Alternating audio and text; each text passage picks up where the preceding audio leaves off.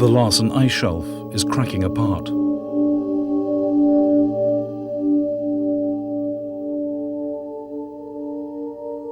Rifts run for 30 kilometers, fault lines in the ice.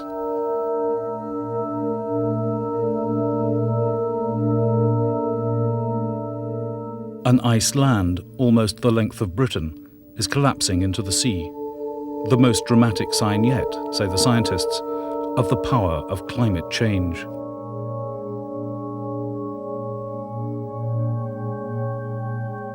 The temperature on the Antarctic Peninsula is rising at more than twice the rate of the rest of the planet.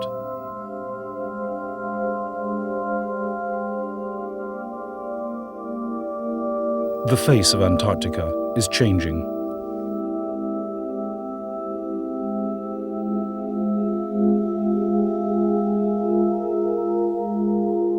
Under the summer sun, meltwater forms lakes on the surface. It seeps into crevices, rotting the ice.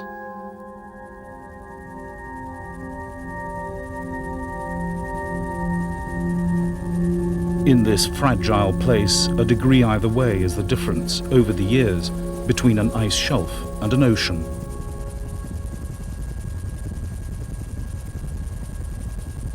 This is the first film of the rifts. Until now, they've been seen only in blurred images from satellites.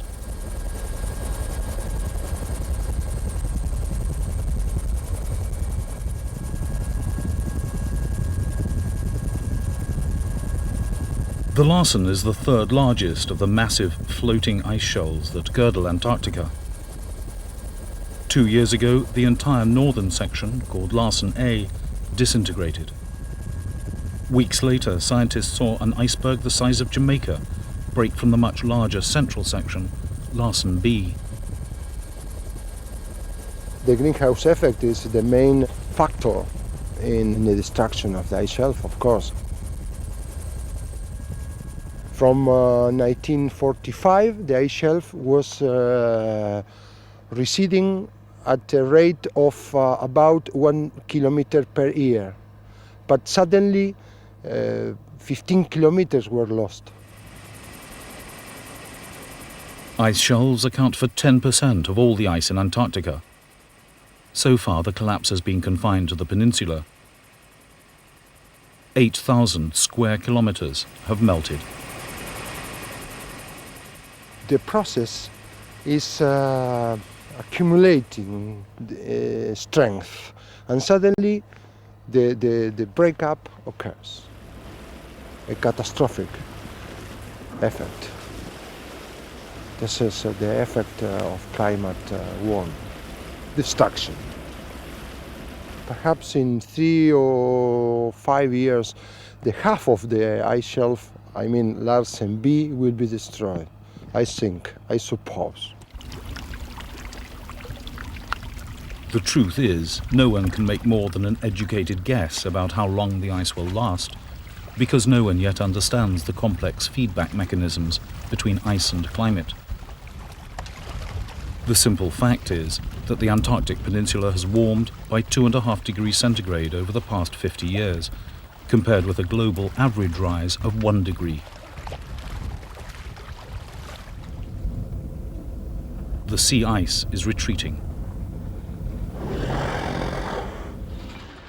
That is setting off a series of changes in the ecosystem. Changes that are beginning to unravel the web of life. And it's raining. It's wetter, very definitely much wetter. We have basically changed the way we dress. Now, we at one time protected ourselves from snow and wind. Right now, our main concern is just getting wet. It rains a lot, as you experienced today. It's just warmer. We see, for example, some areas that used to be bare of vegetation now serve as study sites for people doing plant research here. There's a lot of Antarctic grass on them. It's kind of a long-term memory that really says things are changing here. As little as 2 decades ago, ecologists were predicting that the Arctic and the Antarctic should really be the places where we look for climate change signatures. And that is, in fact, what we've seen. It's what would appear to be a minuscule temperature increase, but there are good reasons to suspect that it's had a fairly dramatic impact here in the Antarctic.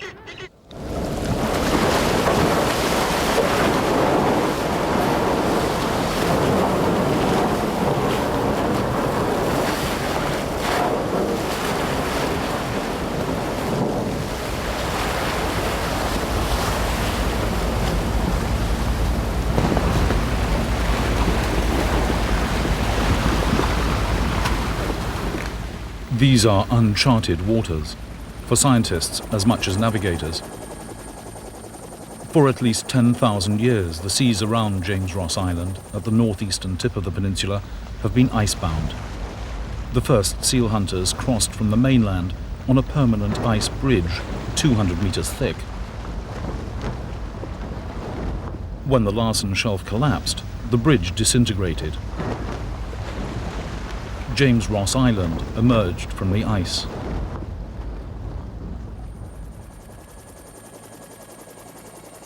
A team from Greenpeace, sailing on the icebreaker Arctic Sunrise to gather evidence of the changes, attempted the first circumnavigation of the island.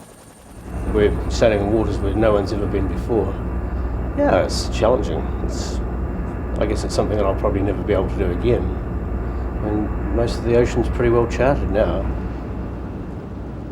With the disintegration of Larsen A, there was a lot more glacial debris in amongst the pack.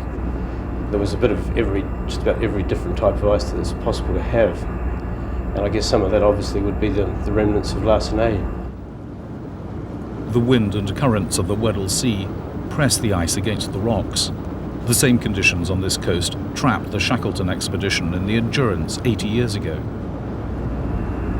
The hummocked ice and the ridges that we've seen is indicative of huge pressures as the ice is forced up on itself. And yeah, I guess you can realise how easily the Endurance would have got crushed when you see those sort of forces at work.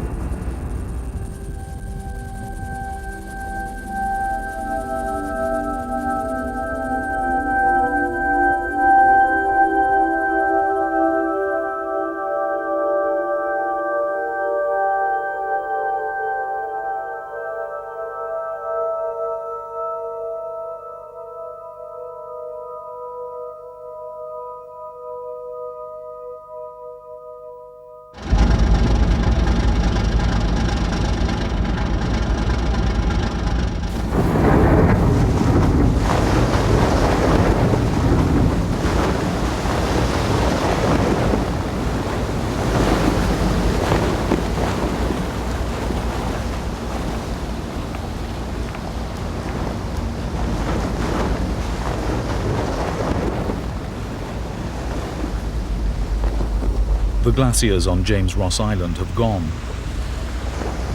The bare rock is heating up.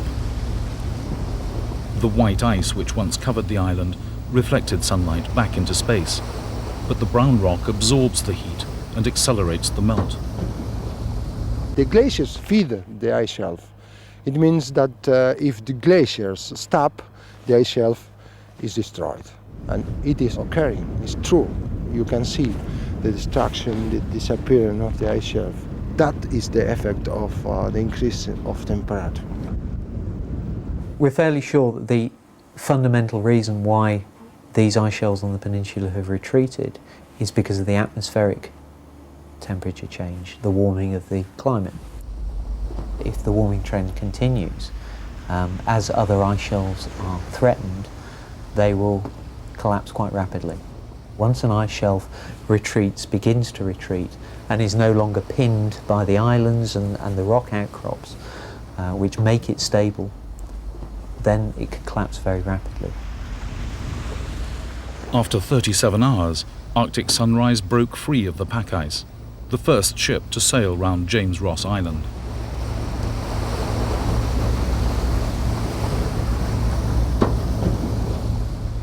The channel will freeze again this winter, but the ice cover will be thinner, so it will melt more quickly next summer.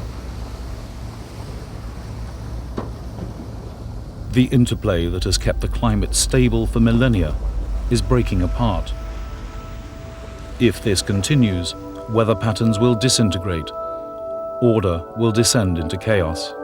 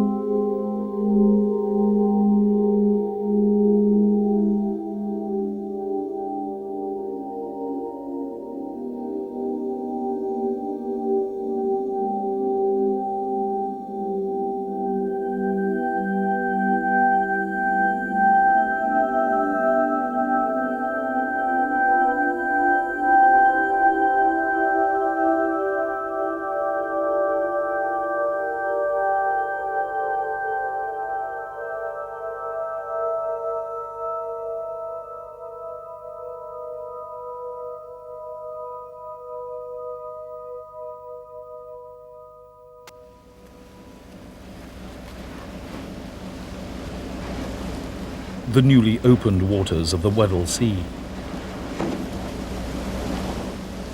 Deep down in the unknown seabed, there should be clues to the changes which destroyed the northern Larsen ice shelf. At this point it was 47 kilometers wide. If, as is thought, the ice was floating just above the seafloor, or resting on it, the water should be no more than 200 meters deep. Argentinian scientists on the Arctic Sunrise wanted to take samples of the mud to look for microfossils, the remains of tiny creatures. If they found species known to live at specific temperatures, they could gauge changes in temperature over thousands of years. That would give them a long-term picture of the climate in the Weddell Sea. We are literally navigating in uncharted waters, so every piece of information we gather gives an indication of how ice shelves work and how and why maybe this one disappeared. But the water was too deep. Instead of a flat seabed, they found a submarine canyon, 8 kilometers wide, 30 kilometers long, and 1,000 meters deep. It's great. I mean, I think it is setting us back to the times of the first scientists in Antarctica, where everything was undiscovered and everything they did was something new. I mean, I think we have, to some extent, lost that on Earth now. So these sort of things are still very exciting. Until now, the theory was that rivers of ice water from the mountain glaciers ran on the seabed the length of the shelf, keeping it cold. But the newly discovered canyon runs the other way, across the shelf. So did the canyon carry ice water from the mountain glaciers, thus postponing the collapse? Or was it a channel for warmer water from the ocean, hastening the destruction? How was it formed? By an ancient glacier when sea levels were lower, or by tectonic activity, the movement of the Earth's crust?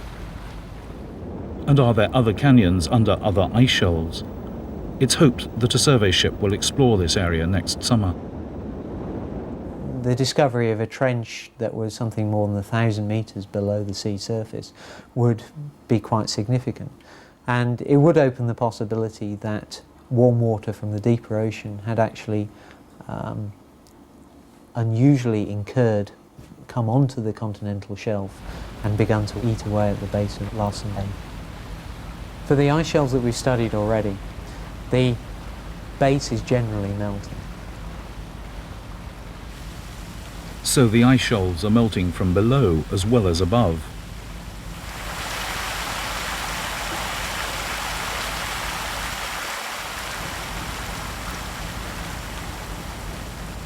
It may be that a reservoir of warmer water, known to exist near the continental shelf, has moved into the near frigid Weddell Sea. If so, that implies that the currents have changed, a predicted consequence of global warming. Or it may be that more warmer water from the Pacific and Atlantic is intruding into the Southern Ocean. Either way, the evidence is that the seas around the Antarctic Peninsula are now responding to 50 years of rising temperatures. It takes a vast amount of energy to change an ocean. But change once begun is likely to accelerate. It will not be reversed. Change here will reverberate around the planet.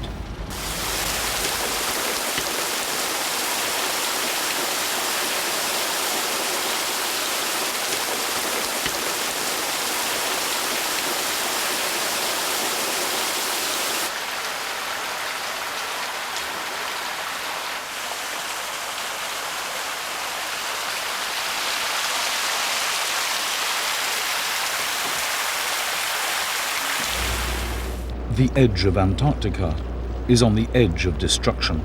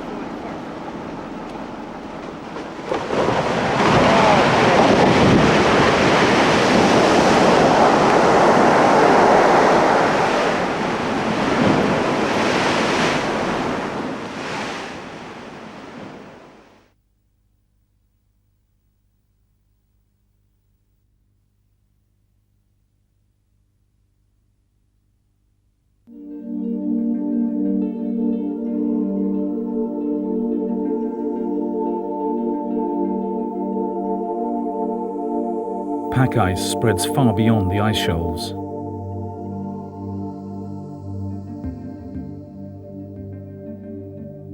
"20 million square kilometers forms in the winter, almost double the area of the entire continent.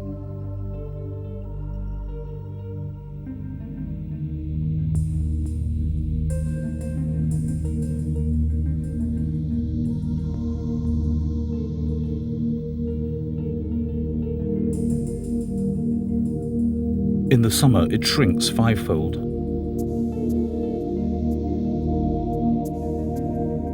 All life in Antarctica is geared to that cycle, and the cycle is changing.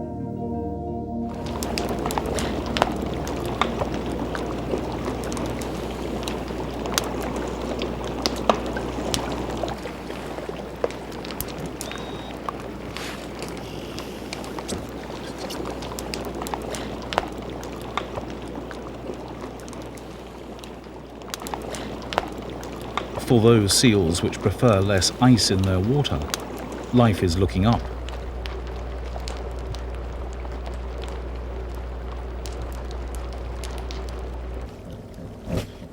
This leopard seal is feeding in waters which until 2 years ago were covered by a 200-meter thick ice shelf, Larsen A. The fur seals have sensed the change. They used to be a rare sight this close to the pole. They need ice-free beaches during the breeding season, and they prefer the sub-Antarctic islands. This summer, 2,000 of them were spotted on the peninsula's western coast. And the numbers of elephant seals at the tip of the Antarctic peninsula have tripled in recent years. These females have come ashore on King George Island to molt. Maybe it for the moment would look better for them, because if they come earlier they have more time for breeding. They cannot come ashore when there is a lot of ice on the shore, and if it's warmer the ice melts earlier during the summer and they can come earlier ashore. There is quite a lot of movements of them. They are moving every hour, changing places, going to have a bath in the sea, coming back to the shore, having a nice little quarrel with a neighbor, or even a little fight.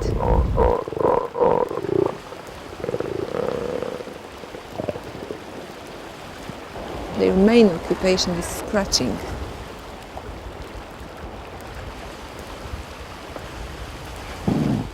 They are losing all the skin nearly at the same time. A kind of molt which is called a dramatic molt.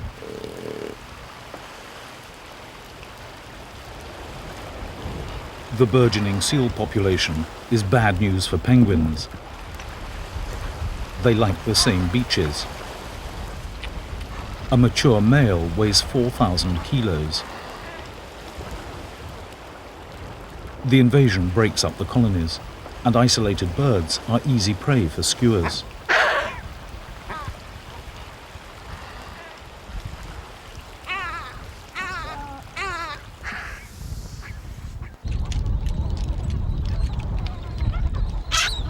In the rookeries, parents take it in turns to defend the nests.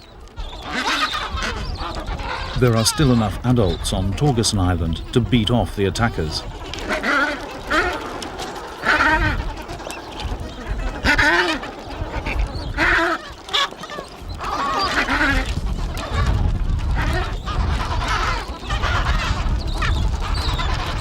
It's late summer. The chicks are fast losing their juvenile fluff, and they're ravenous. They're pestering their parents for food.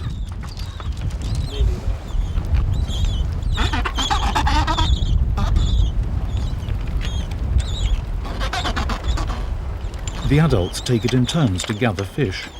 This one has been away for 10 days. Penguins depend on krill, the tiny shrimp-like creatures which sustain most life in Antarctica.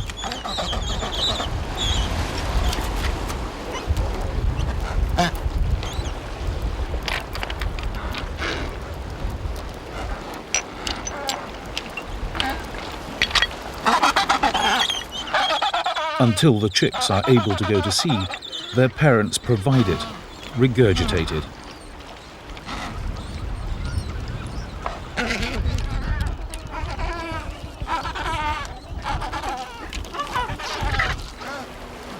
These adeles spend winter on the edge of the pack ice, hundreds of miles from shore in the Bellingshausen Sea. In winter, the richest feeding grounds are at the ice edge. The parents must leave the rookery in the autumn before the bay freezes. The young must follow or starve. The timing has been perfected and imprinted during tens of thousands of years of evolution. It will not change as quickly as the climate. The extent of the sea ice is determined by temperatures in winter, and while the temperature on the peninsula has risen on average by 2.5 degrees centigrade, it's risen most in winter. The number of years in which there's very heavy sea ice has decreased. We have fairly good evidence that in the last 50 years, for example, the frequency of very cold winters has decreased from about 4 or 5 per 5-year period to only 1 or 2 per 5-year period right now. So certainly winter habitat availability seems to be a component of what's going on. What's going on is a dramatic decline in the penguin population. The numbers of adeles on the islands around Torgerson have fallen by nearly 20% over the last 25 years. The numbers have fallen even faster in this rookery. 11,500 pairs bred here last season. Now, after another warm winter, there are less than 8,000. Paradoxically, perhaps, the warmer it gets, the more it snows. Higher temperatures mean the atmosphere can hold more water, so there's greater precipitation. And because there are more clouds, it takes longer to melt. What we have detected here is that the deposition of snow is not only greater than it was 2 decades ago, but the snow seems to be persisting for longer amounts of time. And so Adelie penguins needing to access their breeding habitat at a certain time of the year, but the snow is still too deep in those areas for them to be able to access it. Last summer, this was a crowded rookery. It was snowbound when the birds returned to nest. They couldn't breed. Latecomers had 3 chicks, but they'll be too immature to leave before the ice closes in. The change in the ice is shifting the base of the Antarctic food chain. The yellow stain is formed by algae, phytoplankton, tiny plants feeding on the sunlight. The whole ecosystem depends on the phytoplankton because this is the food for the next link in the chain, the young krill, and their food for the penguins. We had seen a relationship between heavy ice and Adelie survival over winter survival. They do better if there's more pack ice in the winter.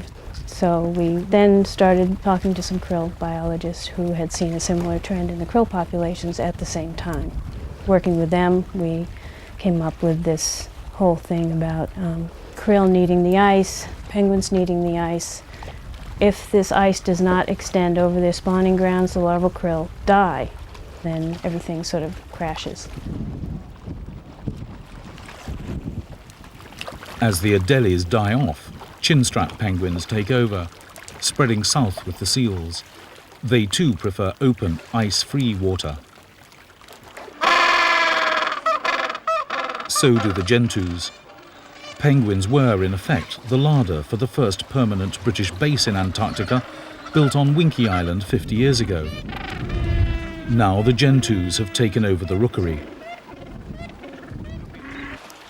If the warming continues, they too will be replaced. Some species in temperate Britain would survive this rate of climate change, but life in Antarctica has evolved in a far more narrow ecological niche.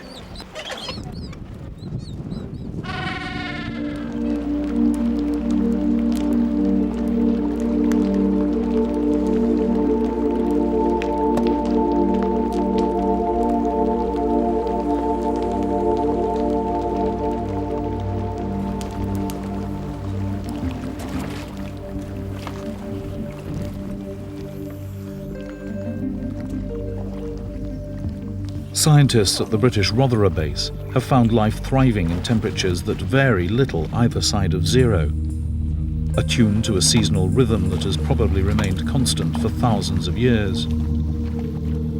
Creatures so bound to the cycle of the ice are unlikely to survive without it. Well, there's a lot of sea urchins there, certainly hundreds of those, and quite a few starfish, a lot of snails as well. But as I say, this berg's made a huge gouge in the seabed. It's about 2 meters deep and quite wide too, and it's just where we wanted to go, so we've had to swim right around it, but we got the stuff we needed from by the side. Every group is represented there, with the exception of the decapods, which is the crabs and the lobsters. So the starfish are really common down there. This one is supposed to be the most common animal in Antarctica for starfish, and certainly invertebrates, which is called Odontasta validus, which is the purple sea star. And this is a big brother here called, well, we think it's called Pertnasta, and they can get a lot bigger than this, about this sort of size. It's certainly pretty old, 40 years perhaps for this? Yes, 40, maybe more, which it's is difficult to tell. It's huge for starfish. Something we're trying to find out. Yes, exactly. Life beneath the ice is a lesson in energy conservation. When there is no food, the creatures don't move.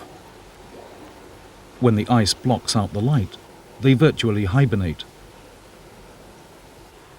Even reproduction is a leisurely business. These are distant relations of the British woodlouse. So here we've got the two of them, probably 30 or 40 years old at least. The male is larger than the female. The female is beneath, the male on top, and you'll see that he has a pair of claws at the front which enable him to grip the female really quite hard, and they will stay like this for weeks on end. I think one of the reasons that many of the animals that do get large in the Antarctic is because they do everything slowly.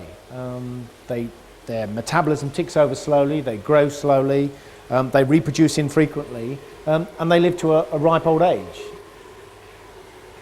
The animals that live here at the moment appear to be quite sensitive to a small rise in temperature.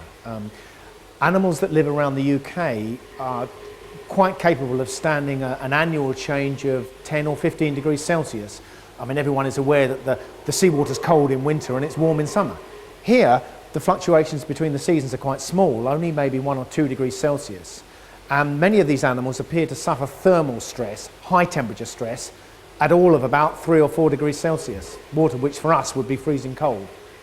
So that suggests that if there is a gradual warming of the water here, these animals might have a problem.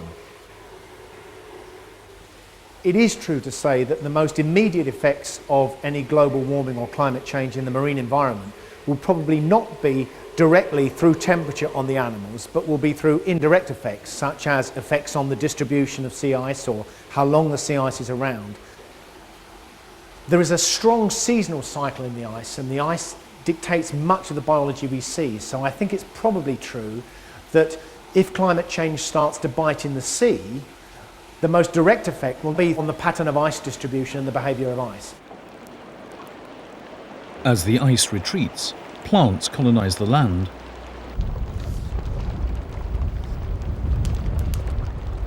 New species are appearing, and the native plants are spreading rapidly.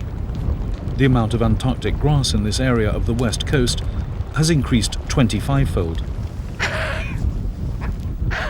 Across the bay from Rothera, Leone Island is turning green. It's very abundant here. It's spread quite fast over the last 5 or 6 years. The plants over here have been adapted for years, centuries, thousands of years to a very stable climate. And now, since the last decades, this climate is changing, and the response to it by the plants is very rapid. The vegetation is very diverse and very luxurious. Pearlwort, the other native plant, is flowering. It has increased 5-fold. Ecologists are using the plants and animals as measurements of change. The worst possible case scenario obviously would be that the system changes quite drastically in terms of the distribution of species and that sort of thing. But the way climate change seems to work, at least what we're seeing, is that it's not so much that the system is collapsing in some way, it's just that different species are replacing other species. So you see communities and populations in a transition period as these effects are occurring.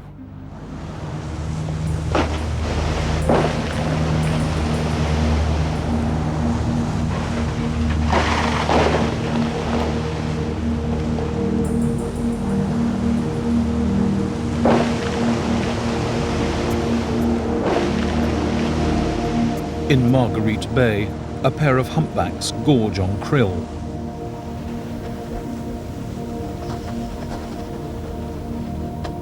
The whales have only begun to recover from the century of slaughter, mankind's first assault on the ecosystem of Antarctica. The threat from global warming is immeasurably greater. The animals, the plants, are signaling that the changes have begun. Even the greatest are vulnerable. The ecological map of Antarctica is changing. Those species unable to adapt must move out or die out.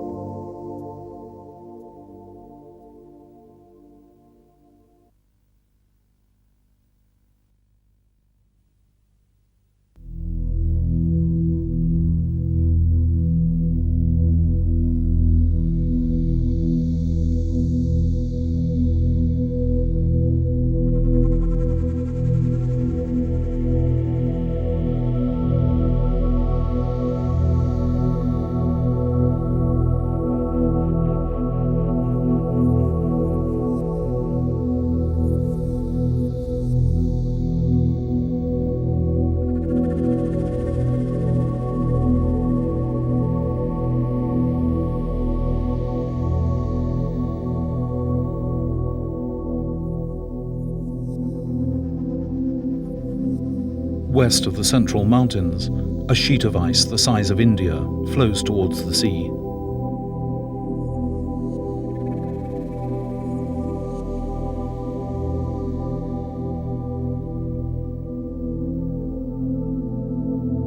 The West Antarctic ice sheet moves in streams, centimetres a year.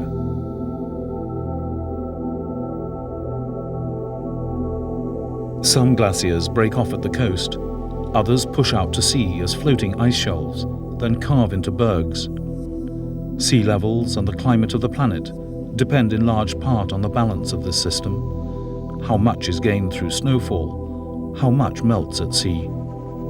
It may be that this balance will be maintained, at least for a century or two. More will melt, but more snow will fall to replenish the ice. The trend in temperature we see at the moment on the Antarctic Peninsula is around 2.5 degrees centigrade in 50 years, which is a very rapid rise in temperature and one that we don't really see anywhere else. If the warming trend continues, then we would expect to see some more ice shelves disintegrate and some of the slightly larger ice shelves would be attacked. And that might happen over the next few decades. If the trend continues, then we might start getting the largest ice shelves attacked, and that could be quite significant. These ice shelves are the size of Spain each, so we were talking about very large areas and very large amounts of ice. And although it's already floating, so in itself, when it melts, it won't raise sea level. The restraint that's lost on the inland continent may start to those glaciers flowing more quickly, depositing more ice into the sea and raising sea level. If the West Antarctic ice sheet melts, sea levels around the world will rise by 6 meters, swamping coastal cities. If the whole of Antarctica melts, sea levels will rise by 60 meters. Entire nations will vanish. There is no particular piece of evidence that we can point to at the moment that shows conclusively that the West Antarctic ice sheet is either on the point of collapsing or even has begun collapsing. What we can say is that there do seem to be changes in the very large glaciers, the ice streams that drain the Antarctic continent. Some of the theory that we have suggests that an ice sheet that rests on rock that's well below sea level may be unstable. The more immediate threat is to the climate of the planet. Ocean currents carry cold water from the poles around the globe. The clash with warm water from the tropics drives the world's weather. It's difficult to change the temperature of seawater rapidly. It takes a lot of heat. But of course what might happen are shifts in current patterns. And there is good evidence from the northern polar regions, the Arctic, that this has happened in the past and may indeed happen again in the future. The Antarctic oceanography is more different, and as we see it at the moment, it will be more difficult to instigate a major shift in currents, but we don't know. Computer models show that a sudden increase in the flow of cold water from the poles would disrupt the ocean circulation. One effect would be to switch off the Gulf Stream, which keeps Britain warm. So for some, the greenhouse effect would mean far colder winters. Major changes in the Antarctic have repercussions throughout the world. So people in Europe, people in North America, people in Japan will all see in due time any major effects in the Antarctic propagated through to their own weather systems. And change is not just warming. Change is instability, change is monsoon patterns changing, storm patterns changing, precipitation patterns changing. There may be consequential effects which you haven't yet envisaged. We know that we've increased the carbon dioxide level in the atmosphere by 1/3 since the Industrial Revolution, and we know that we put a number of other important greenhouse gases up. We need to be concerned about the long-term effects that will have on the balance of the system that runs the climate of the world. According to one forecast, if the temperature increase on the peninsula doubles to 5 degrees centigrade, the balance will tip decisively towards melting. The collapse of the ice shelves will be sudden, catastrophic.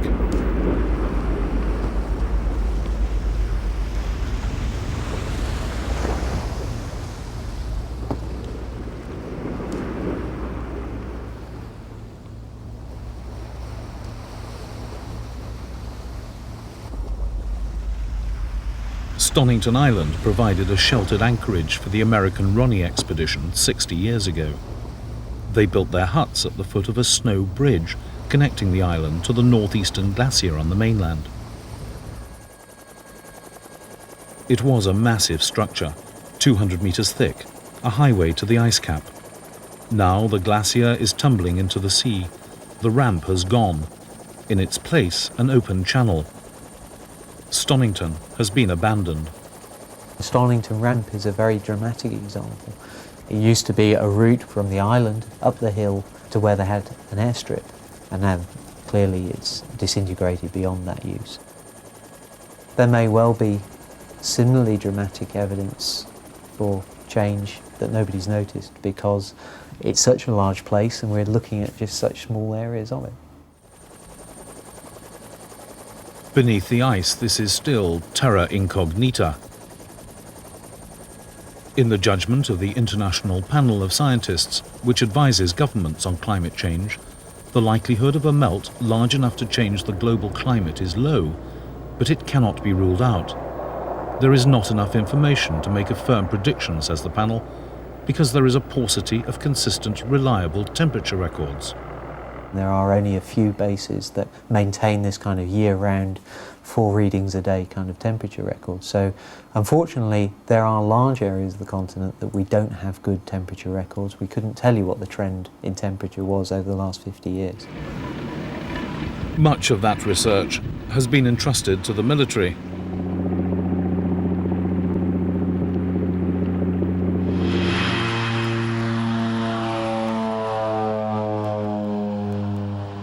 "26 countries have bases in Antarctica. Most are crowded into the South Sandwich Islands, the least inhospitable corner of the continent. Cynics call it the Banana Belt. King George Island alone is home to Chile, Argentina, Brazil and Uruguay, Russia and Poland, and China and South Korea. While the Antarctic Treaty reserves the continent for peaceful research, most bases are run by the military. They may be more interested in territorial matters. Argentina, Britain and Chile have conflicting claims to the Antarctic Peninsula. Under the treaty, those claims have been set aside. This is supposed to be a demilitarized zone.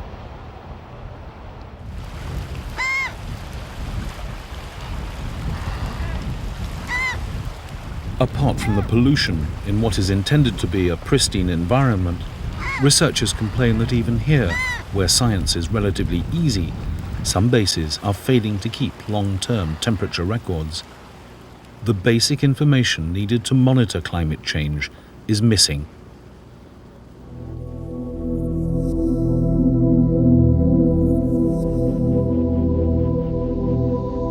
When the northern section of the Larsen Shelf melted, a new bay appeared in the Weddell Sea. The ice was anchored to the tips of submarine mountains, the seal nunataks.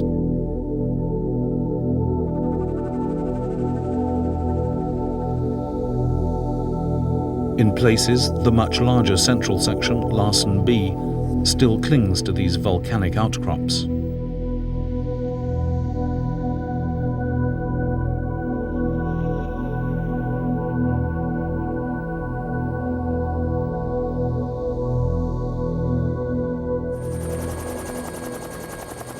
The Argentine Air Force operates a base on the nunataks. There were soldiers here when Larsen A collapsed 2 years ago, but no scientists. The soldiers said the rock trembled, but no one recorded the event. Not even the scientist who spent most of his professional life studying the ice shelf. For him, the collapse was a personal disaster. My soul belongs to this country, and it disappeared suddenly, and it was really very, very, very sad. It was a tragedy for me. To me, it was hard to believe, because I love this country. I felt that I never will recover something who was, how to say, mine.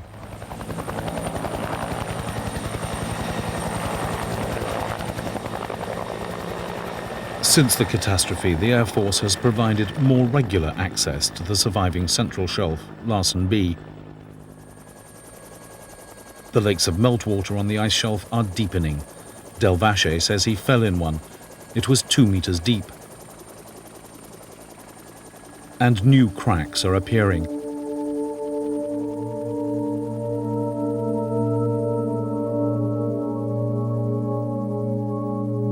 Rifts are running across the ice as far as the eye can see.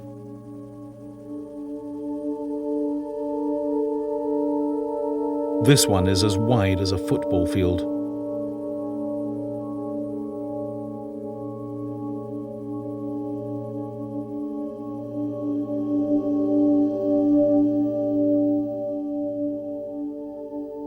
To gauge the extent of the damage, scientists need to find out what is happening deep down in the ice, how quickly the bottom is melting.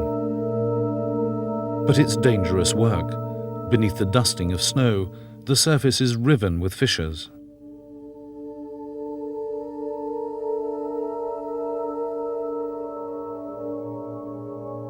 Because of the hazards, researchers are beginning to use radar images from satellites to measure the thickness of the ice. The first results have come from the far side of the planet, and they are worrying. The glaciers in northern Greenland appear to be shrinking at the rate of 7 billion tons a year, enough, if it continues, to begin disrupting weather patterns.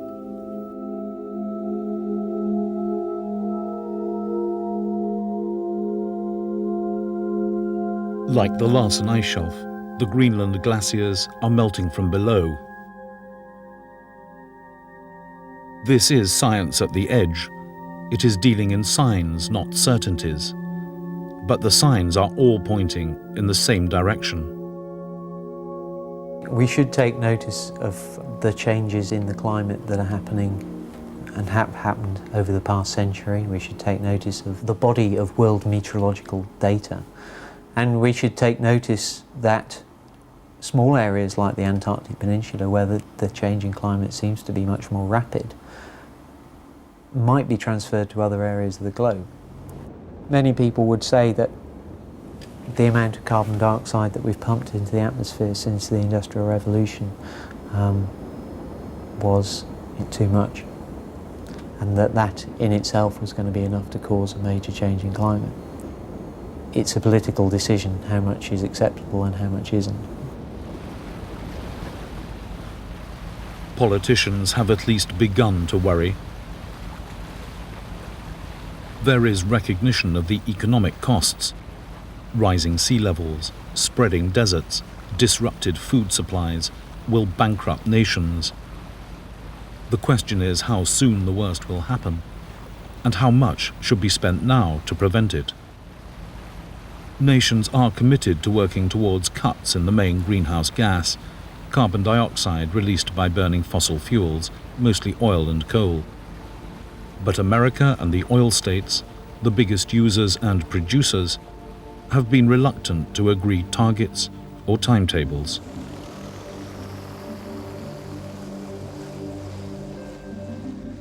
The European Union has taken a lead by proposing a 15% cut in carbon dioxide emissions. But unless emissions are cut by 50%, temperatures will continue to rise.